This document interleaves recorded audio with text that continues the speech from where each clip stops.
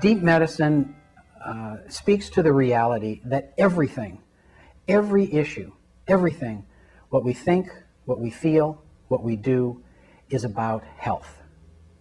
I wrote this book after many years in medical practice and appreciating how difficult it is for everyone, me included, to initiate and sustain health-creating change.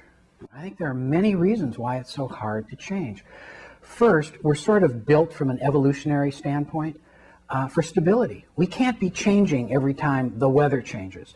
So our genetics contribute to the fact that we're stable. We're happier when things are predictable, when tomorrow is like it was today.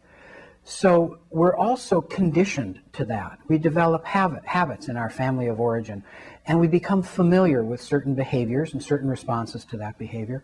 And so we don't choose to change, because out there in the change world, it's an unknown. We don't know what's going to happen, and there's a fear to that. Furthermore, I think we like a quick fix, so we don't want to spend the time that sustainable change usually requires. This is lifelong learning, usually not 6 or 8 weeks. And often it takes something really significant to get us to change, like a crisis, a loss of a job, a serious medical diagnosis, the crumbling of a relationship.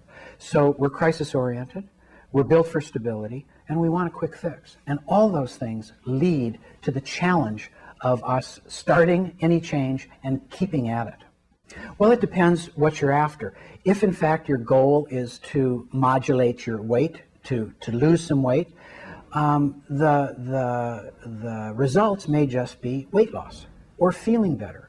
If it's an exercise program, it may be monitoring how far you walked this day or the next day or the next day, and creating a plan that is small steps that are actually doable is what's really critical. Many of us undertake to eat too big a chunk all in the first setting, and that's not the way to do it. If you decide you're going to exercise for an hour every single day, it's lucky if you make it to the weekend before you've sprained your ankle or become so stiff that you don't exercise anymore. So our change has to be very small, doable steps, or we won't do anything. So that's the beginning, is the first small step toward what you see as where you want to get. I think deep medicine sets a perspective. It brings a worldview that connects us to the reality that everything is either health-creating or not. And it shows us simple ways to begin the process of change. Not selecting a specific diet, not selecting a specific exercise program, but beginning to accept the responsibility and the creativity necessary to create your own personal plan for the change you desire.